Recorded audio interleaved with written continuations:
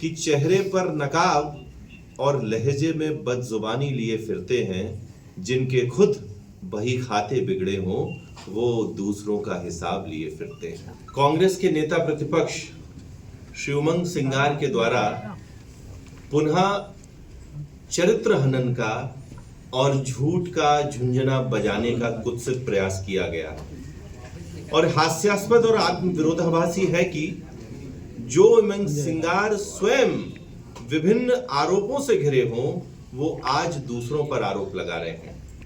मैं याद दिला दूं कि ये वही उमंग सिंगार हैं जो 15 महीने की कमलनाथ सरकार के दौरान अपने ही मंत्रालय में खरीद फरोख्त, ट्रांसफर, पोस्टिंग ऐसे अनेकों मामलों में करोड़ों रुपए के भ्रष्टाचार के आरोपी थे।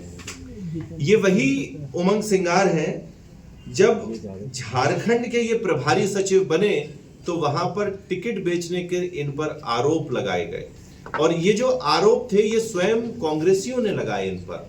इसके बाद राहुल गांधी ने एक जांच भी की जिसमें ऐसा बताया जाता है कि आरोप इन पर सिद्ध हुए।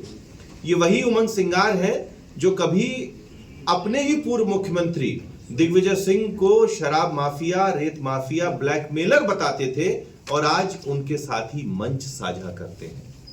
वैसे मैं निजी टिप्पणियां करने में विश्वास नहीं रखता हूं, पर उमंग सिंगार को याद रहे कि उन पर विभिन्न महिलाओं ने समय समय पर बहुत गंभीर आरोप लगाए।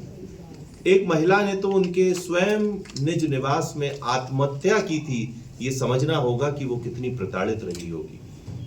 कई महिलाओं ने उन पर और आरोप लगाए और आज सिर्फ सुर्खियां बटोरने के लिए ऐसे उमंग सिंगार जी दूसरों पर आरोप लगाते हैं तो मुझे वो शेर याद आता है कि चेहरे पर नकाब और लहजे में बदजुबानी लिए फिरते हैं, जिनके खुद बही खाते बिगड़े हों वो दूसरों का हिसाब लिए फिरते हैं। कांग्रेस की अगर मैं बात करूं तो कांग्रेस भ्रष्टाचार का पर्याय है, पर्यायवाची है। C for Congress, C for corruption. और कांग्रेस के प्रथम परिवार के जो जितने जी हैं, राहुल जी, सोनिया जी, प्रियंका जी और जीजा जी, ये सभी विभिन्न गंभीर भ्रष्टाचार के मामलों में या तो अदालत से जमानत पर रिहा है या रोज ईडी और यूडब्ल्यू के चक्कर लगाते हैं। ऐसी कांग्रेस आज भारतीय जनता पार्टी को, जिसकी जीरो टॉलरेंस की पॉलिसी है, भ्रष्टाचार को रोकने के पाठ पढ़ाती है। कांग्रेस को याद रहे कि इस समय देश में मोदी जी के नेतृत्व में भाजपा की सरकार है और प्रदेश में डॉक्टर मोहन यादव जी के नेतृत्व में भाजपा की ही सरकार है और ये जितनी एजेंसी कार्रवाई कर रही हैं ये भारतीय जनता पार्टी की जो जीरो टॉलरेंस की पॉलिसी है उसके आधार पर ही कर रही हैं। कांग्रेस को तो आज इस बात का डर है कि जो कमलनाथ सरकार के समय भ्रष्टाचार होता था ये कहीं जांच कांग्रेस तक नहीं पहुंच जाए।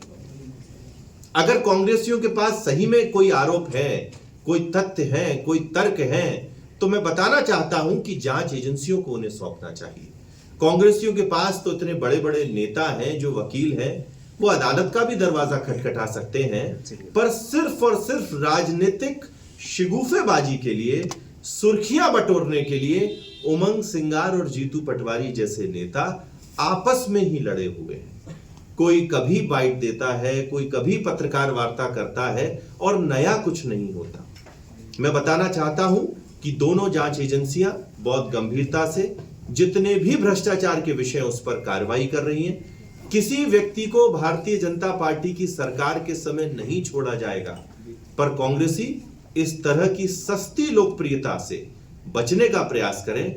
और ये देश बाबा साहब के संविधान से चलता है, कांग्रेस के प्रथम परिवार के निवास से लिखी हुई किसी किताब से नहीं। इसलिए संविधान में जो जांच एजेंसियां हैं, जो न्याय प्रक्रिया है, कांग्रेस अगर कुछ उसमें सौंपना चाहती है तो सौंपे, नहीं तो स्वयं अपने आप को सुर्खियों में लाने के लिए ये जो बयानबाजी की जा रही है ये निंदनीय है। मैं पुनः बताना चाहता हूं, जीरो टॉलरेंस की नीति पर सरकार चल रही है, किसी को नहीं रोका जाएगा। अब कांग्रेस के द्वारा जो आरोप लगाए गए हैं, बहुत डिटेल में तो नहीं जाऊंगा, पर मैं सिर्फ एक छोटी सी बात से बताता हूं कि कितनी आत्मविरोधाभासी आरोप कांग्रेस लगाती है। कांग्रेस की जो दस्तावेज दिया गया है उसमें एक जो नाम आता है वो स्वयं एक कांग्रेस के नेता का है और हास्यास्पद है कि उमंग सिंघारी उस पर आरोप लगा रहे हैं। तो ये कांग्रेस को बताना चाहिए कि जो कमलेश बघेल हैं उनका कांग्रेस से क्या नाता है, वे किस गुट से आते हैं और किस गुट से अपना बैर निकालने के लिए आज उमंग सिंघार उनका नाम ले रहे हैं। तो तथ्यहीन, तर्कहीन और कूटरचित तथ्यों और तर्कों के साथ आज उमंग सिंघार आए हैं। उनका प्रयास सिर्फ और सिर्फ सुनियोजित षड्यंत्र है, इसके अलावा और कुछ नहीं।